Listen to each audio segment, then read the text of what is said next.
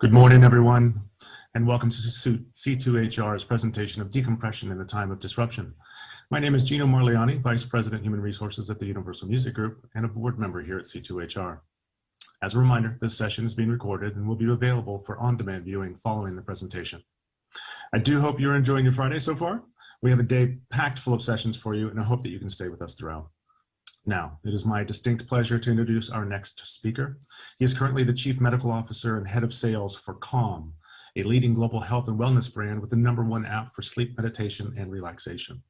Holding a BA in chemistry from the University of Pennsylvania, an MPH with concentration in cancer epidemiology from Yale University, an MBA from the Wharton School of the University of Pennsylvania, and an MD from the Georgetown University School of Medicine. He is a practicing clinician and a stage 4 cancer survivor with over 25 years of senior management, medical research, and clinical experience. If time permits, we will take questions at the end of the presentation, and you can post those questions by using the Ask button at the bottom left of your screen. There's also a session chat feature where you can engage with other attendees during the session. Without further ado, and here to help us navigate how best to manage whatever life throws at us, Dr. Omar Dawood. Omar, take it away. Thank you, Gino. Appreciate it. Thank you for the kind intro, and thank you everyone out there from your living rooms as you're on your various video interfaces. Very excited to chat with you about this very important topic. It's interesting times that we're in now, and the importance of mental fitness and resilience couldn't be more front and center for all of us. Here at Calm, we are humbled, truly humbled, to be in a position where we are supporting, tens and tens of millions of people around the world through these challenging times, to be able to help them really prepare themselves for stress and anxiety. And what I want to do here in the next 20, 30 minutes is really dive into what resilience is and why it's important. But even before we get there, why do we react the way we do to stress and anxiety? Why does it affect us? I want to start with our mission here at Calm, which is we are set out and guided by working tirelessly to be able to help people live happier, healthier lives. And we do that in 190 countries around the world and support over 90 million people in that regard. Before we get started, as we jump in, I want to actually start with 3 minutes of just a little bit of mindfulness. I think it puts us in the right frame. And frankly, it's something that's central to how I start my day, how we start our days here at Calm, and really central to our experience. So I'm going to have Tamara Levitt take us through a little bit of a mindfulness exercise. Welcome to this 3-minute guided body scan. Start by sitting comfortably with a straight back and close your eyes.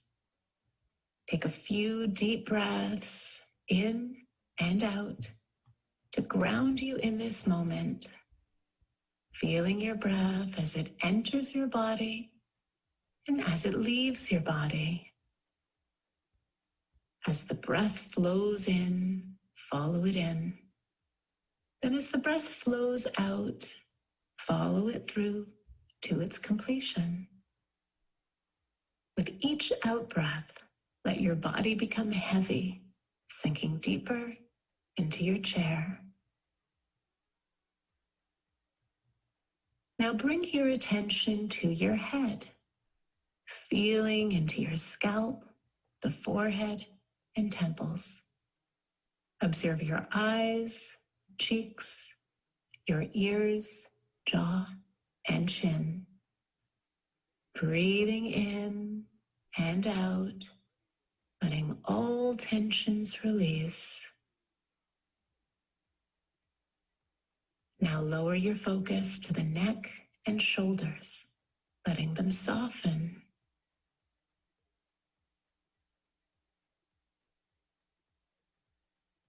Bring awareness to your arms, extending it down towards the wrists, the palms, and fingers. Observing any sensations that arise on the surface of the skin or deeper within. Now come to the chest and torso area, being aware of the abdomen, And bringing your awareness around to the back, observing your upper back and lower back. And if you notice any intensity here, try directing the breath into those areas, letting them soften. Then bring your attention to your pelvis and hips, and scanning the legs, the ankles, the feet, and the toes. Direct your breath into these areas, relaxing into stillness. Notice how paying attention to the entire length of your body feels. Then, when you're ready, bring your attention back to the room and slowly open your eyes. Enjoy this relaxed, peaceful state and take it with you into your day. Excellent. Thank you, Tamara. Great way to start. I always find it just absolutely relaxing and amazing how much just pausing, even for 2 or 3 minutes in your day, can help focus you. Sorry about that. Back over here. All right. So let's talk a little bit about stress and anxiety and how and why we're wired the way we are. When we think about stress and anxiety, there is a level of stress and anxiety that is actually can be beneficial for us. As humans, if we notice, and we've all experienced this, we have times where we are a little bit late for something, or we're just a little bit anxious, and it actually helps focus us. It actually helps us feel like we are completely aware, completely wide awake. And it's interesting because there is a level of a little bit of stress and anxiety that some people actually believe, and it's true, will actually help you almost kind of be your best on some level. But the issue is that when you actually exceed that minimal, a little tiny bit amount of just focus and a little bit of stress and anxiety, you can actually tip over, and you actually can get overwhelmed. You can get to a point very quickly where that stress and anxiety can actually almost be crippling. And as we'll get into and we'll discuss here, that can come from the stress and anxiety being of a certain magnitude, but also of it just being sustained. If it just goes on and on and on, and isn't just fleeting in time. And why is that? Well, when we think about ourselves and our minds and our brains, there's a lot of complexities. And we actually are wired to deal with stress and anxiety as humans. It's interesting, when we encounter a stressor, we all feel, and it could be an uncomfortable situation, it could be an argument, all of a sudden we feel our palms start to get sweaty. We feel our heart rate rise. And we feel the sense of awareness and focus that just comes in. And you hear people talk about, why I feel like I can't think in the moment. I feel like I'm losing my breath. And what's happening there? Well, your body's system is being revved up, your fight or flight response. Well, you see, we were designed a long time ago. And at the way that we were kind of set up is, if we encounter a saber-toothed tiger in the street, we need to be wide awake, able to escape, able to be able to deal with the situation and diffuse it, and eliminate the stressor, or eliminate ourselves from that situation. And of course, now we don't have saber-toothed tigers, or we shouldn't, running down the streets, but we still do encounter those same types of stressful and anxious situations.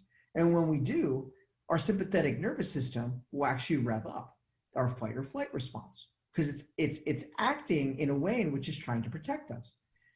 Now, an issue with this is the system can actually get over-revved.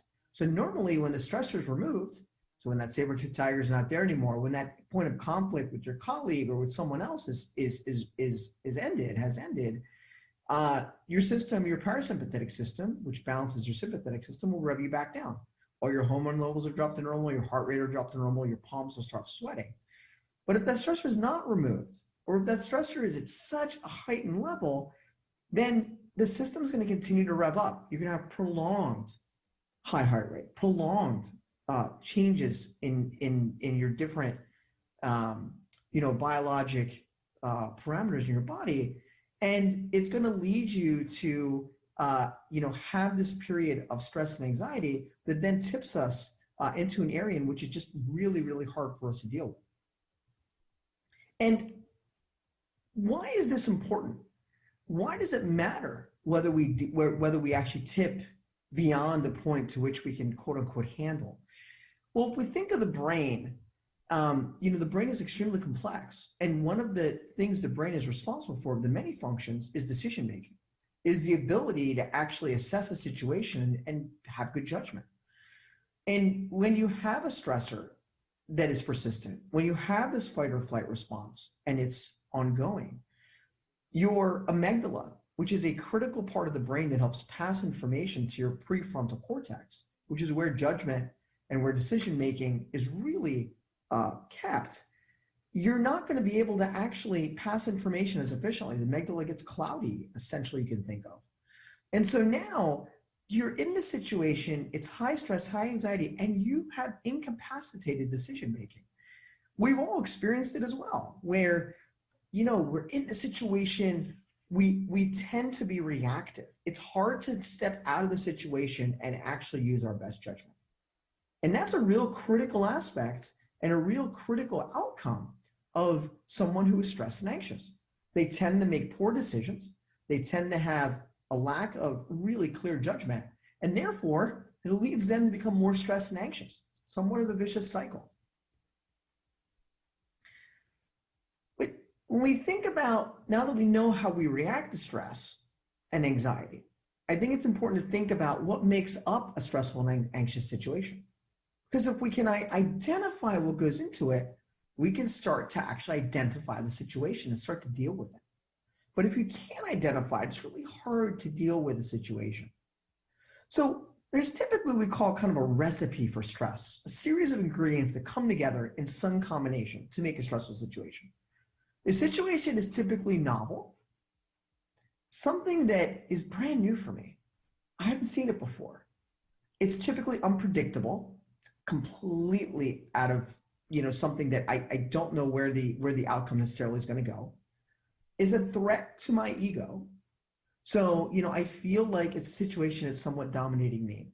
And I feel like I have no control over it. Complete sense of a loss of control. We think about it, it's kind of rare to have all four ingredients, and it's even more rare to have all four ingredients at a very heightened level. That's exactly the environment we're all in today. All of us, or most of us anyway, I'm sure, dialing in from someplace in our homes right now. Kitchen table, a couch, a bed, something that isn't necessarily designed as an office. May have our kids run through the back, or our dogs or cats, and there's interruptions, and it's a stressful situation. We're taken out of our routine. It's something we haven't encountered before. It's unpredictable. We're not really sure what is going to happen with the pandemic tomorrow. And it is a threat to us. We have no control over it. But there are ways to neutralize these stressors as you identify them. When we encounter something novel, instead of being scared by it, the question is, how can I look at this from a curiosity perspective? How can I actually look at this as a learning, an opportunity? So I may not have seen it before, but let me actually take a wholesale look at the situation and start to understand it, because the more you understand the situation, the more it becomes familiar. If it's unpredictable as an entire situation, let's break it down into bite-sized pieces and see what are we certain of. So with the pandemic now, for example, everything is uncertain, it seems like. But if we really break it down, we still get up every morning, still have our meals, we have our family and friends. We may interact with them differently, but they're still there and those relationships still exist. So focusing on what we're certain of. And a threat to ego, it's critical that we look back at ourselves and our past experiences. How have I overcome something that's parallel in the past? And from a sense of control, again, breaking down the situation rather than looking at it en masse, is what can I control in the situation itself? When we think about stress and anxiety, a foundation for being able to deal with stress and anxiety and a foundation for actually being stressed is actually related to sleep. What we find is individuals that have really, really poor sleep tend to actually enter the day somewhat cloudy. Again, their amygdala is not optimized, and they tend to make really poor decisions. We've all felt it. We're like, I'm kind of out of it today, kind of tired, a little bit cloudy today. And as you go through that day and you end your day and you're thinking about all the poor decisions that you made or some challenging interactions you had, you tend not to sleep well that next night. And the cycle continues and it really feeds upon itself. You know, we have 7.5 billion people on this planet that sleep or try to sleep every night. And I say try to sleep because many of us can't turn off our minds. Many of us are bothered by stress and anxiety, which permeates. It's always around the corner. It doesn't have to be pandemic levels. And that can keep us from having a solid foundation of sleep. And as you'll see, sleep is really the foundation for being able to deal with stress and anxiety. Before we talk about dealing with it, what are some other very important effects to look at? Well, one is how stress weakens the immune system. It actually can impair the way that we deal with disease and handle disease and be able to actually get through it. And it can have real cost and meaningful impact to a business. I'm not going to go through all the numbers here, but it's massive in terms of the potential loss of revenue, in terms of the impact on productivity, by employees that show up to work they're not 100%. And the reason is that it's not just the cost we see above the line from hospital visits and individuals that need behavioral health support, but it's below the line.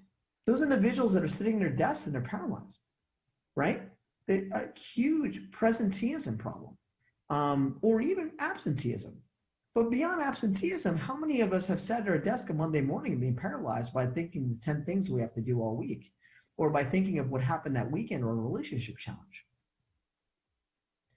The positives out of all this is we can deal with stress. And a great way to do that is, like we do throughout medicine, is actually prepare for it, not just react to it. And that's where resilience and mental fitness come in. It's about really building the ability to be proactive, to be preventative, and to actually help yourself recognize the signs and symptoms of stress and anxiety, and then be able to actually be mindful and actually deal with them. And we're happy here at Calm that we believe have been really instrumental in this effort. When we look at the experience, I'm going to walk through this here in a second, it really is an experience for those for individuals to be able to build mental fitness and resilience. And to do that through a series of really, really key pillars. And I'm going to walk through these pillars and walk through the experience here just live, actually. So this is the Calm experience. We have it both on mobile and web, and I'm showing you the web version. But you keep using the word experience and not product, if you notice. And the reason is that experience is something you immerse yourself in. An experience is something that actually becomes part of your daily. It becomes something that is in your routine and something that becomes part of your fabric, and therefore changes your life. The number one reason people come to Calm is to actually sleep better. Interesting. Again, we said 7.5 billion people on this planet sleep or try to sleep every night. And if I ask someone who slept 10 hours last night and slept well, do you want to sleep better? They still have 2 hands up. Everyone wants to sleep better. In terms of sleep, we re-envisioned something that we've all probably experienced as a child, which is somebody read us a bedtime story. And we'd fall asleep and wake up the next day and be revved to play and feel great. And the reason is when somebody reads you a story in a certain cadence and a certain tone, you actually can replace all the millions of things that are running through your mind, and you actually replace it with the soothing information from that story. And therefore, you can fall asleep faster, enter REM more predictably, which is your deep level of sleep, and be able to get a better night's rest. And I'm just going to play for you a sleep story. Well, hello there. I'm Matthew McConaughey, and tonight I'll be reading a special sleep story called Wonder. And whether it's Matthew or it's the plethora of narrators that we have reading, such a variety of stories. A key here is that not only do we have content and stories that people want to come back for more and more and that actually help them sleep better, we have a huge diversity of both content and narrators. And diversity, as you'll see permeating throughout our experience, is the key to somebody feeling comfortable, feeling trust, and therefore engaging. And that's hugely important when it comes to behavioral health. Our meditation sections are guided meditations. Again, extremely, extremely important in helping us deal with stress and anxiety. It's developing that mindfulness. You'll notice that there's no COVID-19 messaging or words within this experience. And the reason is that we have everything here to deal with stress and anxiety of COVID, but we find that putting those words in the app, in the experience, actually can be quite jarring. You see them literally everywhere. And so this is really an escape from that, but allowing you to focus on how to deal with stress and anxiety. And whether you're a beginner or you're someone that is experienced, there is something here for everyone, even for kids. Music is, again, we think about ourselves and we think about what allows us to truly relax and really be able to pause throughout our day. And we find that when we've taken artists that you all know, tuned and toned them in our studios, and then set them against these landscape backgrounds, it creates a really, really surreal experience in which individuals are able to completely relax. And again, be able to have those key pauses throughout the day.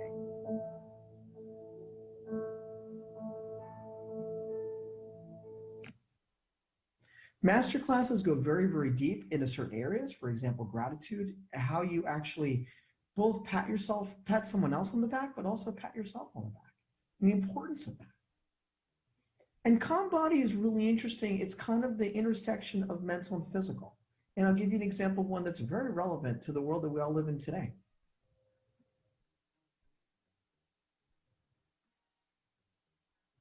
Hi, welcome to Calm Body. My name's Katie, and this is your afternoon break. Today, we have a short movement sequence designed to relieve stiffness in your neck, shoulders, and back. It's really designed to counter the tension that builds from sitting at our desks or in our cars all day. And lastly, this is an experience to be customized to you. If you're feeling like it's the wintertime and you want to be by a crackling fireplace as you actually listen to the content throughout Calm, or if you want to feel like you're in Colorado, it's really something that you can really customize for yourself. And if you're not comfortable in just English, you can choose another language. And not only do we translate that, we localize, which is that we actually pick content and narrators specific to that region, to that language, so that, again, there's a connection and there is a comfort and trust that's built with the audience.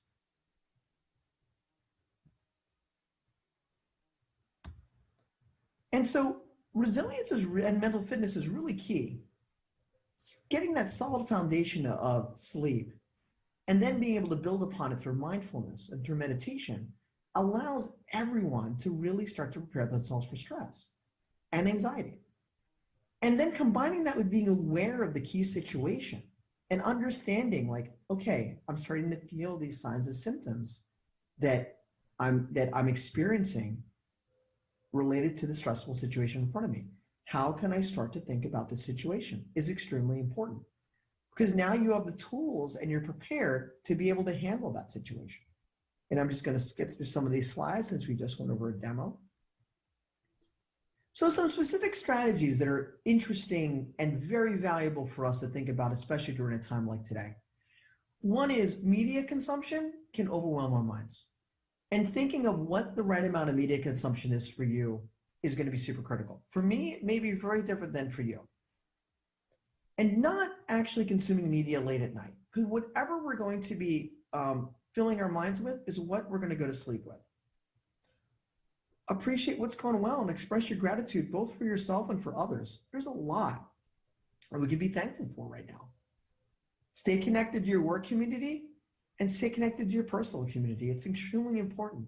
Don't underestimate the value of even virtual meetings that aren't actually about business. It can be extremely important. And showing kindness to colleagues and practicing wishing them well. We'll go over this here in a second. It's immense, the virality of that and how that can actually affect someone's day and actually affect your day.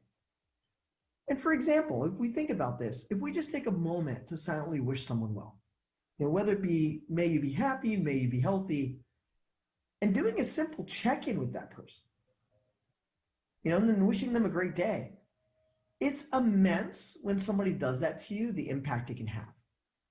It not only causes impact on yourself, but the person who is actually creating that situation, it's going to actually give them a positive feeling.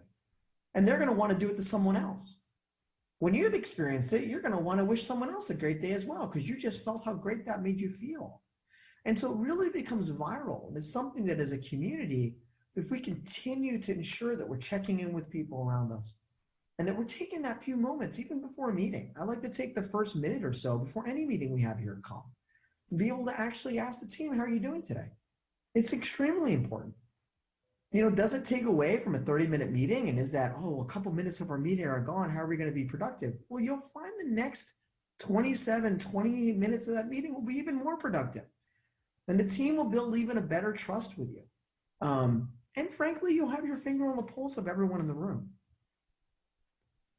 And so work, again, bringing all this together, this really just has an outcome of helping us have a better focus, being more creative, having more fun at work, being generally happier, and at the end of the day, being healthier. And resilience, like any other part of medicine, is super important for the mind to prepare ourselves. We don't have to wait for stress and anxiety to hit us. And therefore, we won't fall over when it actually presents itself, because it will. It's always around the corner.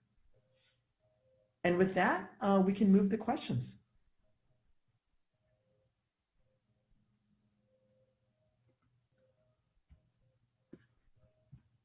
So I have a few questions that have been submitted here. Let me run through some of these quickly. So what was it about Calm that resonated with you to join the team as the CMO and head of sales? And can you tell us more about those roles and what they entail? So in brief, I was and am very excited by Calm's mission. The ability to bring this experience of resilience to not only hundreds of millions of people, but billions of people around the world in a destigmatized way in which people are highly engaging with an offering that's going to help them live happier, healthier lives was beyond exciting to me. I'm an extremely mission-driven. In my role, I have the humble ability to be able to work by leading both the commercial B2B teams on the sales side, as well as give critical input to our clinical efforts. And the foundation of evidence that really underlines our experience. Is there a better time of day that's most beneficial for practice being calm? Not really, actually. It's completely up to you. I like to do it first thing in the morning. I like to do it before bed. And then I kind of like to interject it throughout my day when I need it. Sometimes I'll just take a 30-second pause before a big meeting. It's something that, like with exercising, there is no one size fits all. And so I encourage you to try different times of the day and see what makes you feel good.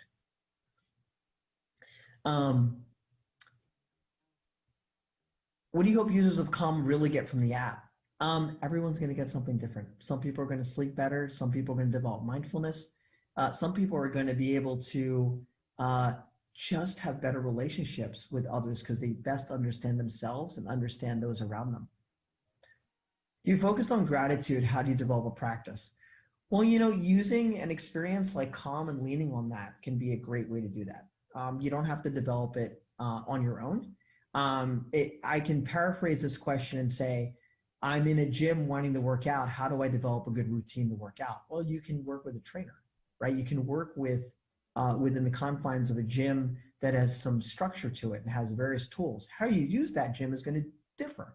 You may use it different than me. Same thing with a mindful, mental, behavioral health type experience like Calm. you're going to be able to jump into it and be able to leverage various aspects that resonate with you to help develop gratitude and develop mindfulness. With a hectic schedule, how do we find time for calm? I encourage you all to think hard about this one. Can you find literally 1 to 2 minutes a day that you can just unplug? All of us can. That's literally all it takes.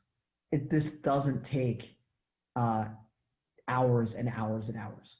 We have what's called a daily calm within calm, which is a 10-minute everyday new piece of content that you can build a routine around, but you don't necessarily even need 10 minutes.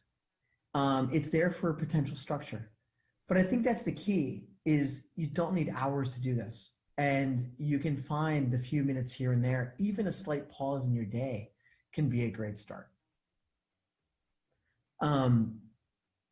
What do you think the COVID crisis has revealed about our healthcare system, and what are some key steps to be taken to strengthen it? Well, it's interesting. I think on the positive, it's helped us put behavioral health needs front and center. It's opened a new dialogue to them.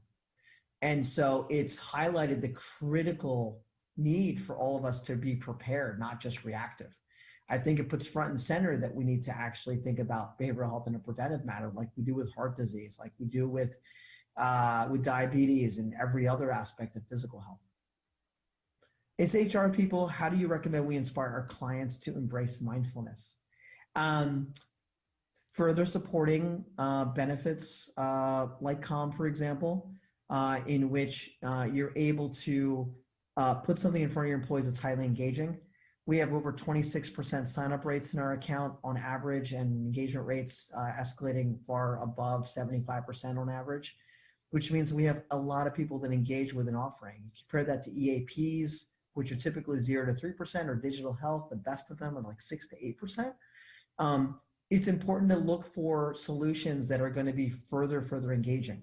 Every single employee at some point is going to experience stress and anxiety. Let's help to prepare them for it, and opening a dialogue around it, not actually hiding behind it. And I think we are out of time. But thank you, everyone. I very much appreciate it. Thank you for your time.